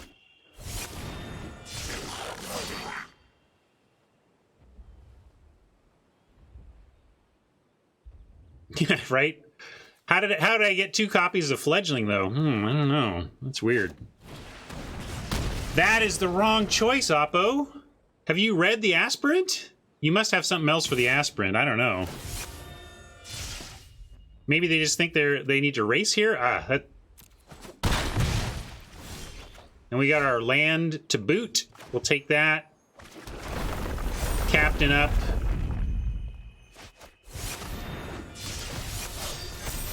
And I'm going with big Fledgling here for the immediate damage. But then next turn I'll probably put it on the Captain. Joe, that references my second free-to-play account. Could almost do it like... This might be clearer.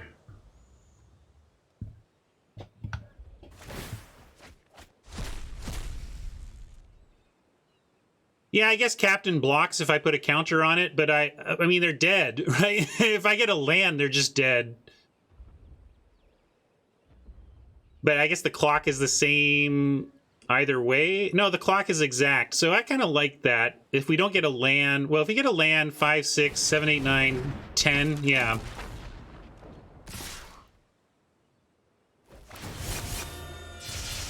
Wow, double Channeler to my Aspirant, you know, triple Fledgling. Like, is this constructed? This feels like low, like, we're scrapping, but we're playing constructed here.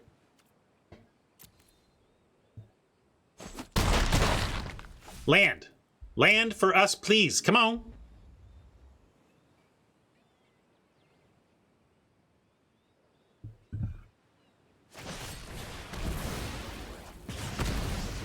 Oh, I didn't see. Do we know they have the Fury? That was good of them.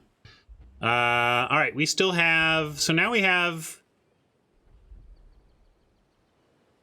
Maybe we go Healer, put counter on Healer, send Fledgling... 6/6 Fledgling doesn't change the 10 mana, the 10 life clock. So yeah, Healer buffing it seems correct to me. We can even do Blight Priest, but this actually has lifelink. So we're gonna make a big lifelinker to block a Bug Catcher.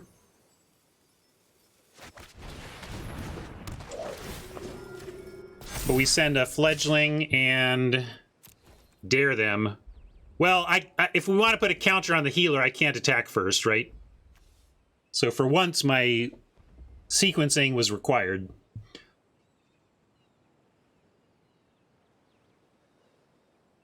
They're deciding whether they need to chump Channeler here. Might depend on how close they are to turning these into 4/4s. Because with 2 4/4s and a 3/3 and a removal spell, then you're looking at lethal. So they might have been trying to figure out if lethal was possible. But then at least we have Luminarch as a chump.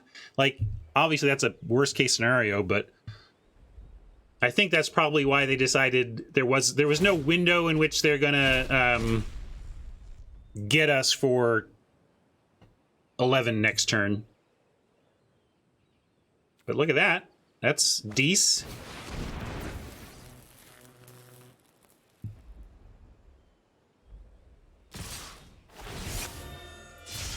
So I was going to trade for the bug catcher anyway, so we're just going to keep doing that. We're just going to do that. You like taking? I just like trading for the bug catcher, getting 3 life. Oh, you think because it's lethal back the other way? Yeah, let's just kill him, as they say. Look, I don't know why Fëanor doesn't want to control the board with me for another several turns, but okay.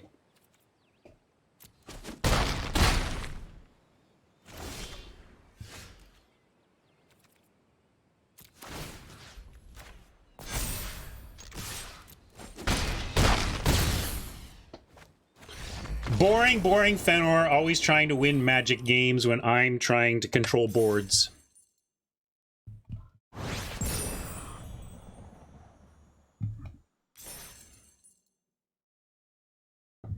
Don't you like playing with your food? No, don't play with your food, Magic style. You're just asking to take a loss.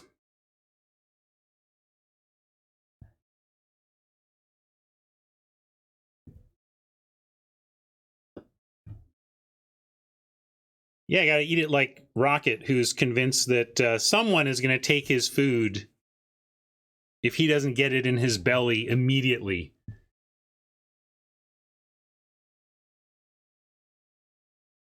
I tell you a quick Rocket story.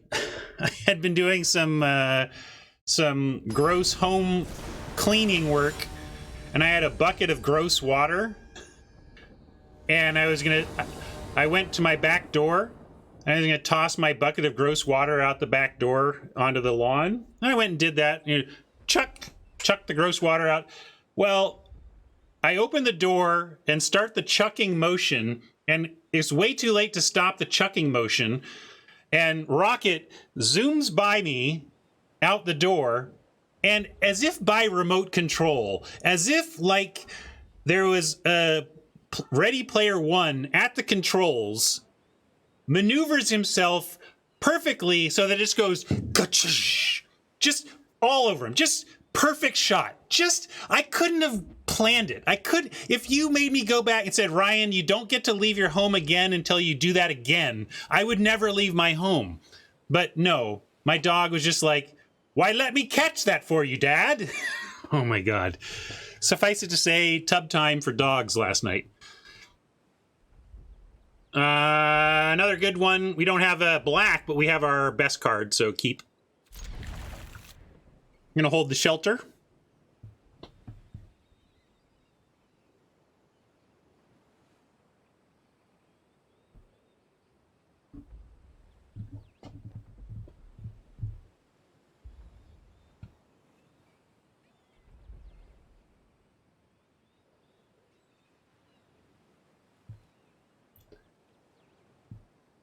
Whereabouts are you, Jim? Where's it getting cold?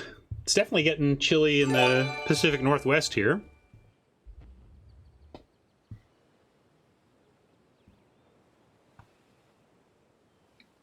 Yeah, worst game of fetch ever. Don't bring that back to me. No, I don't. I was trying to get rid of it. Ugh. Yeah, talking snow around here. Snow always shuts the Pacific Northwest down because we correctly do not invest in the infrastructure needed to manage snowfall because we rarely get it. But then when it does fall, it wrecks everything because we're not prepared for it.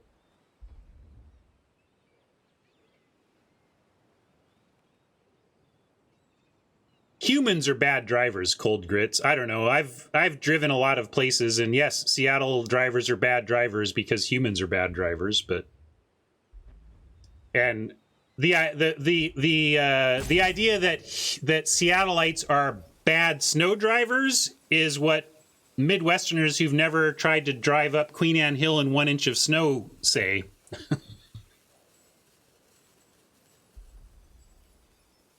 No, I didn't have. That's cool. The Seattle Kraken got a preview card. Well, I don't know where Prince Fox ended up, but I'll take a win if you want to give it to me, Prince. I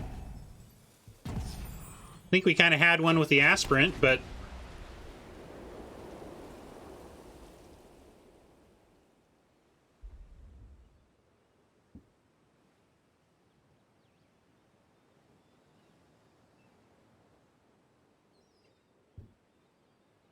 Oh, yeah, in the South. The South is, like, even worse than Seattle when it comes to managing snow. What I like is hearing about how, like, folks in LA react to rain the way that people in Seattle react to snow. Like, if it rains in LA, everybody's like, ah! Yeah, Morrow says a lot of inflammatory things. I have pushed back on Mark Rosewater. Mark says Seattle people are bad drivers. Mark has historically said Seattle drivers are bad at driving in the rain or bad at driving in the snow. To that I say, what does good driving in the rain or snow look like? My point to Mark says people in Seattle drive poorly in the rain, but my pushback on that was I feel like you're only saying that because traffic slows down on rainy days. Like, it's true that in Seattle when it rains, especially if it hasn't rained in a while, traffic is worse. But that doesn't mean people are bad at driving. That means people are good at driving in the rain. If traffic slows down, that's correct. That being said, there's more accidents in the rain. But of course there are. There's going to be more accidents in the rain everywhere. Again, like I think one of the most overblown cliches is drivers in such and such city are bad. Like, you're going to really like try and color an entire population inappropriately with like nothing insulting, but like, or, I don't know, like the idea that this entire metropolitan area of millions and millions of people is somehow they're all bad, only in the sense that, yes, all humans are bad drivers, but it's a worthless statement to observe that drivers in such and such region are bad because, yeah, they're humans. Of course they're bad. I'm sure you're a great driver, though. You listener, you viewer, you are the exception.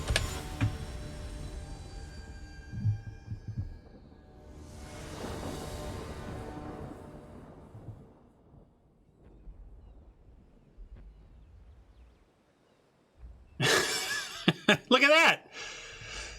I guess we'll keep. And that. And that. And that. All right. Love a swamp off the top would be perfect.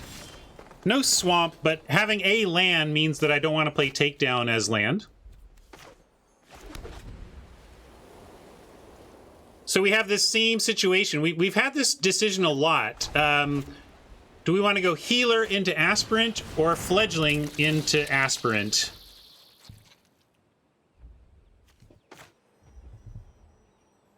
My instinct is fledgling just because this is... the power level of this card is fully gated by the number of lands you play. So it's just the one that more than anything demands to be played first, along with aspirant. But both of these generate counters if played early. Let's do this one.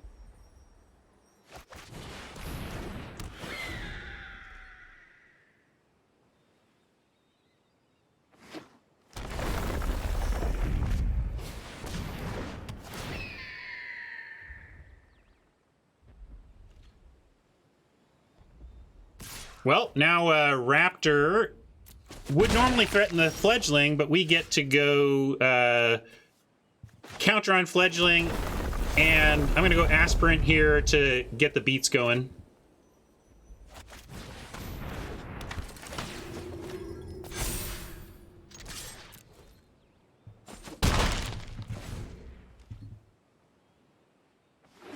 Next turn could go healer takedown. Is actually a likely sequence next turn for something. We'll kill something.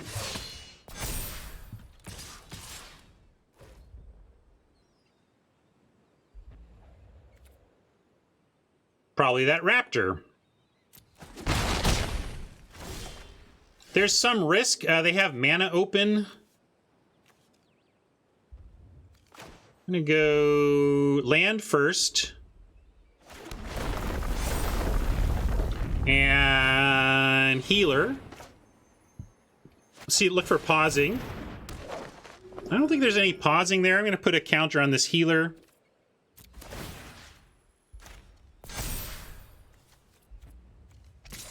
Could have put a counter on the aspirant and attacked, but I like making other things bigger with the aspirant.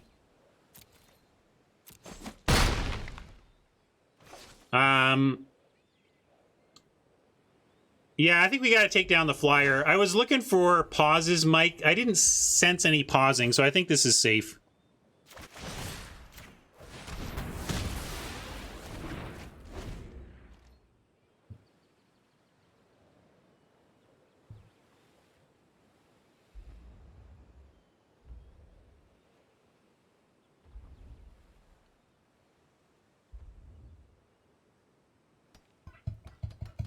New bet. Cool. I love gambling. Gamble it up out there.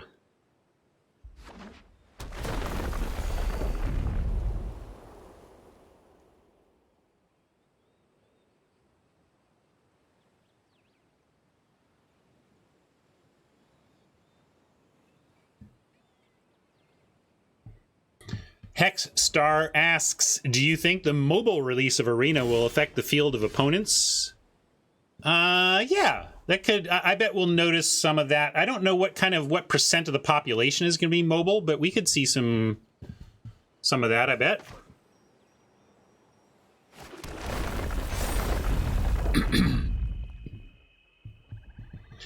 Yeah, we are going to drain here, and we should do it before attacking in case they have multiple tools they're considering for attacks.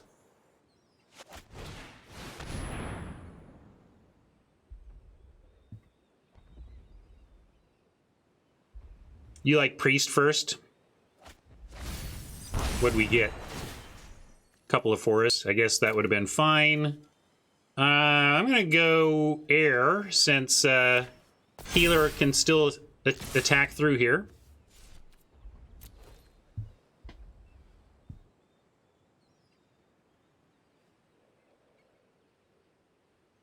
Yeah, drafting on mobile seems... I'm not going to be playing on mobile. I got old man eyes to begin with.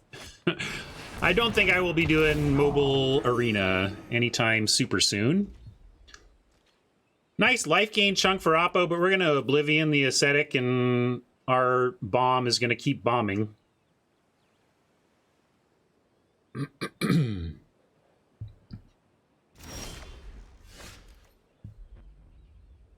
Although, now we have Blight Priest, Blood Priest. Maybe we don't need that, although... I don't want to miss lethal, but I don't think we have lethal with Blood Priest, Blight Priest, so I'm going to stick with the plan. We're going to go Journey and send in the 3 and 6.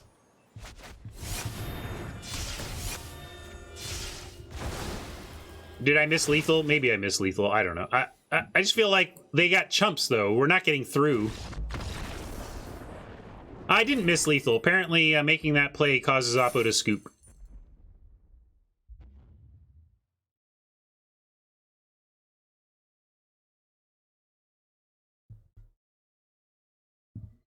It actually didn't show up for several games, to be fair. I think we were, like, it's been the last 3 games, but I think before that we didn't really see it.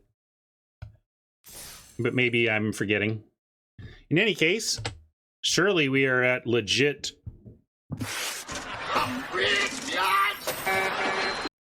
profit.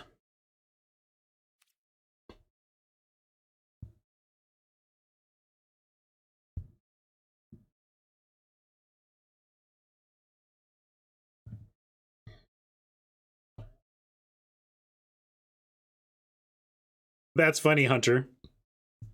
Scooping to the crab. I can respect that. You got better things to do with your life than be mad at a crab.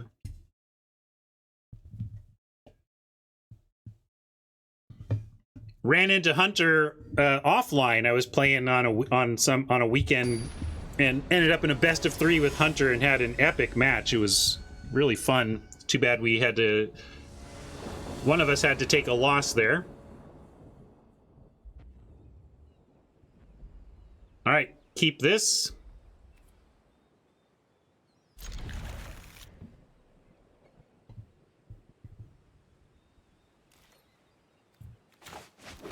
I beat Hunter in 3, and I mulliganed into 5 in 2 of the 3 games.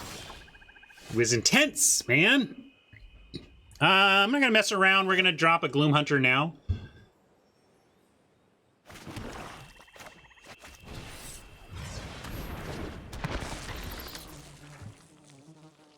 Try and hold the shelter, obviously. We haven't found a 4th land yet, but being a little bit greedy with it.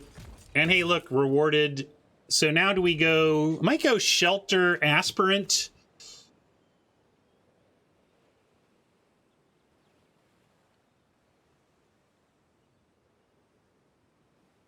But we could also... just play a Core Celebrant. We draw... Yeah, let's do that. Let's do that. Sets us up for Captain next turn. Get our aggro on. Get our lifelink on.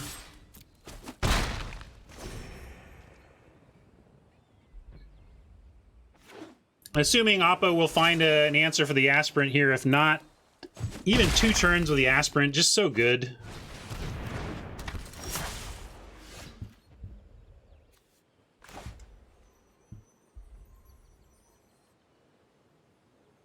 I don't think so. I think I've had better decks than this, but this is a good one.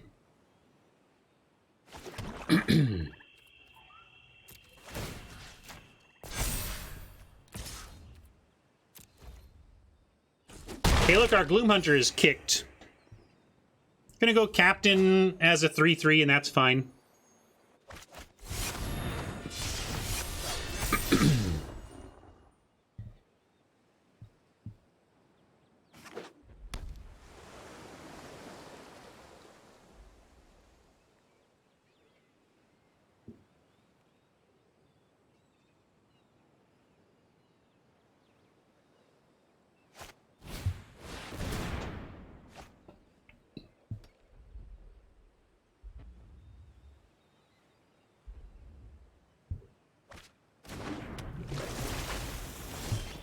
Another Captain, but gonna bind the Diviner this turn.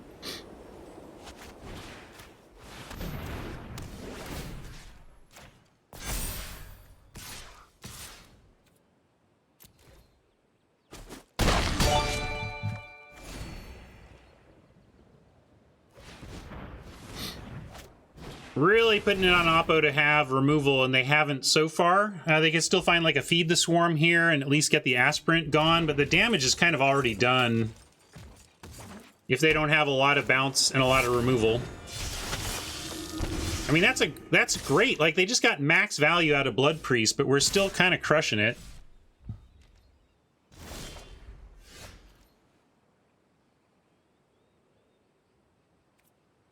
Gonna go wider here and put a counter on the other, make 2 4/4s instead of a 5/5 and a 3/3. We've got a lot of life from the Gloom Hunter anyway. Yeah, we can hold land. Land's not adding to us here.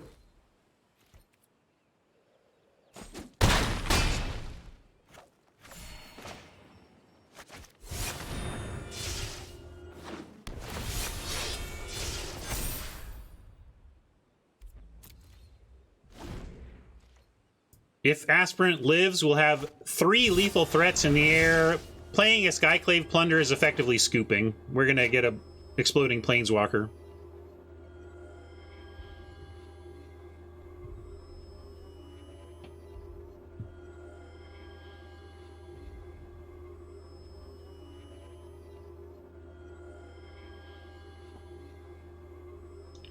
Looks like 7 incoming.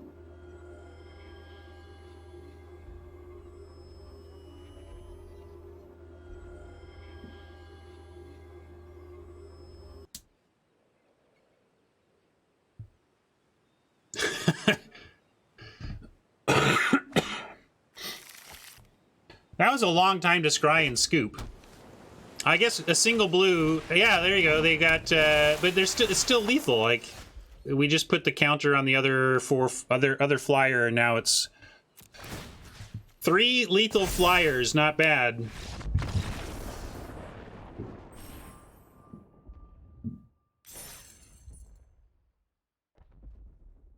I don't know. With the flyer, they may have been legit trying to figure out if there was a way, and technically there was. If I misplaced the counter, they could win, right? Or they could not lose that turn. Well, that was funny. Like, we had out of the gate, game 1. Hey, we lost. We all liked this deck. Weird. 0-1, and then how about 7 straight wins? Bam, bam, bam, bam, bam, bam, bam, bam, bam. I liked M21. In fact, yeah, we're going to be doing early access Kaldheim. Let's talk to chat about, or talk to YouTube friends about that before we say goodbye to them. Hey, YouTube friends, we crushed it. Yeah, wait, here, we got to do this one more time before we sign off.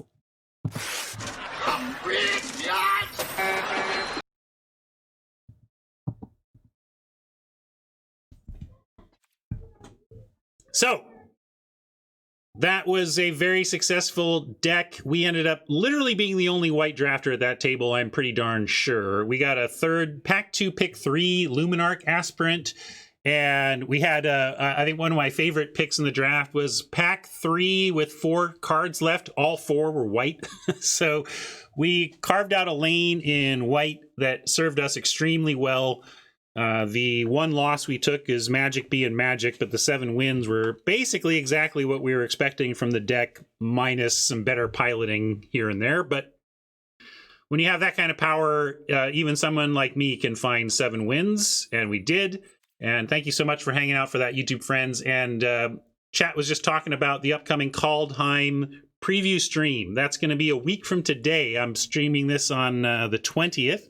And a week from today on January 27th, starting as early as I can manage, at least 9 a.m. Pacific, but hopefully even earlier, we're going to be doing the preview stream and getting our hands on Kaldheim. And also what I'm going to be doing after I close up this draft video, YouTube, is we are going to do some Kaldheim drafting today. We just can't play it yet, but we're going to be able to use the knowledge of the set and Senryoku's fantastic website over at mtgadraft.herokuapp.com, and we're going to actually do some drafting. And I'm very underprepared, as usual, for the set. I don't know a ton about it, so super looking forward to learning the set via some practice drafts, which I should put up on YouTube shortly after this one. So keep an eye out for that, YouTube friends, and we'll see you for the next video. Bye.